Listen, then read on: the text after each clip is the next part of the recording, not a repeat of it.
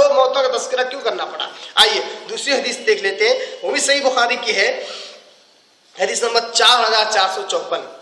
دو تین حدیثیں میں ایک ساتھ ملا کے پڑھ رہا ہوں، مگر جہاں جو نمبر ہے وہ نمبر بھی بیان کروں گا۔ اب جو حدیث رکھ رہا ہوں 4454، اس حدیث کے راوی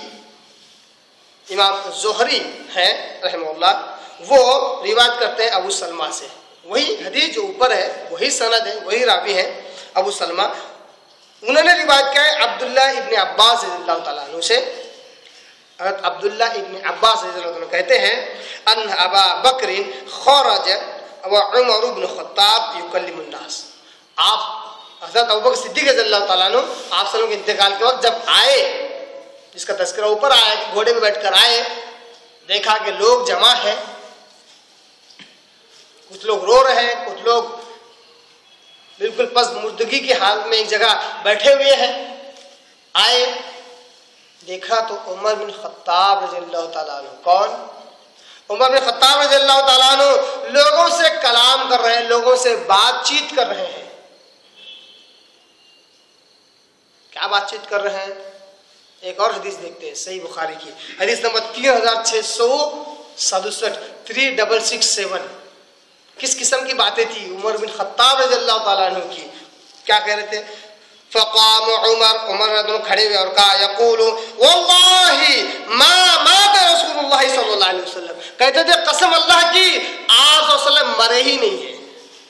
کیا کہہ رہے تھے عمر بن خطاب رضی اللہ عنہ؟ قسم اللہ کی آپ صلی اللہ علیہ وسلم پر موت آئی نہیں ہے، آپ صلی اللہ علیہ وسلم نہیں مرے ہیں۔ قالت، یہاں تک عائشہ رضی اللہ عنہ کہتی ہیں وقال عمر، بعد میں یہ واقعہ پورا ہونے کے بعد عمر بن خطاب رضی اللہ عنہ اس طرح کہتے تھے، غور کیجیے اس نقطے کو، کیا کہتے تھے؟ کہتے تھے واللہ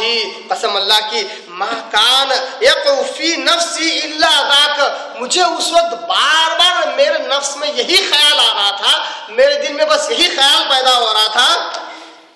وَلْيَبْعَثَنَّهُ اللَّهُ، کہ اللہ تبارک تعالیٰ بہت جلد ہمارے نبی کو دوبارہ یا ہمارے نبی کو اٹھا کھڑا کرے گا۔ آپ صلی اللہ علیہ وسلم بس بے ہوش ہو گئے ہیں اور اٹھ کر بیٹھیں گے۔ کیا کریں گے اٹھ کر بیٹھ کر؟ غور کرو مسلمانوں، صحیح عقیدے پہ آ جاؤ،